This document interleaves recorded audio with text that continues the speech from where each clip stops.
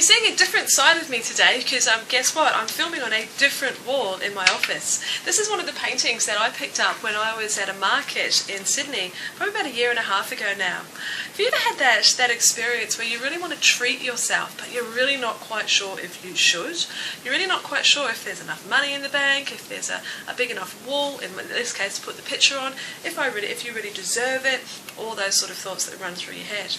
Well, I was out with some girlfriends and I saw this painting at a market and I loved it.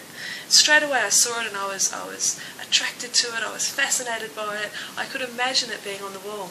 And it wasn't that expensive. Yes, it was a little bit of a stretch, not exactly what you call an impulse buy that was easy to justify, but I couldn't stop thinking about it. So why did I walk away and not purchase it? Why was it that it took me a week of continually thinking about this painting before I actually went, what the hell, rang the painter and said, I really want to buy it? And you know what? It had gone. Somebody else had listened to their heart and had actually made the decision to treat themselves. Now, there is a happy ending to this story because obviously the painting is on my wall because the artist very nicely agreed to paint me another one. It's not the exact same one that I saw that day, but it's so close to it that it really doesn't matter. But the bigger picture here was, why was it that I didn't feel that I could deserve to treat myself? I know I work hard. I'm a mum, I'm a business owner, I'm a wife, I'm a friend. There's so many different roles that I fill. But how often do I actually turn around and look after me?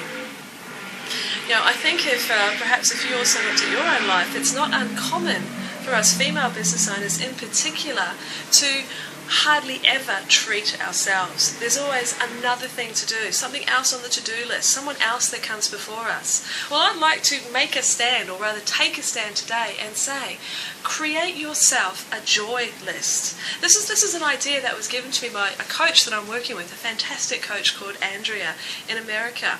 And she helped me realize that I was not putting enough play into my life.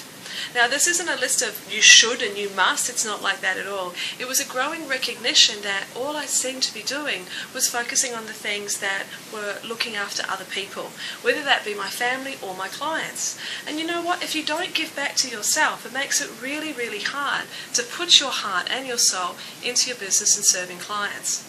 So Andrea encouraged me to put together a joy list. And I got to tell you, I found that really, really difficult. I'd spent, the proverbial, typical, mid-40s mum, had spent so much time looking after everybody else that I had lost touch with what it was that lit me up.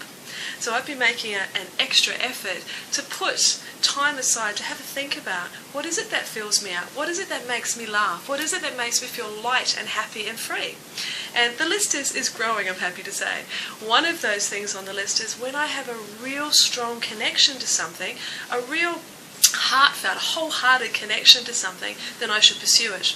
Hence why there's now the Peacock on my wall. But there's other little things as well. I love reading. I love stationery shops, believe it or not. Nothing makes me happier than having a nice crisp new notebook to write my ideas in. I love music, so I've been buying on iTunes and actually having a playlist of just fun, enjoyable songs rather than another business podcast. So I guess what I'm saying is, you deserve it, I deserve it, we all deserve it, to take some time to fill ourselves up with the things that give us joy. So perhaps that's your task for this week. Take a few moments to begin that joy list. And when those things on the list really do resonate with you, allow yourself the pleasure of indulging them each and every week. I'm Raspass, the Entrepreneur's Compass and Catalyst, and I look forward to talking to you soon.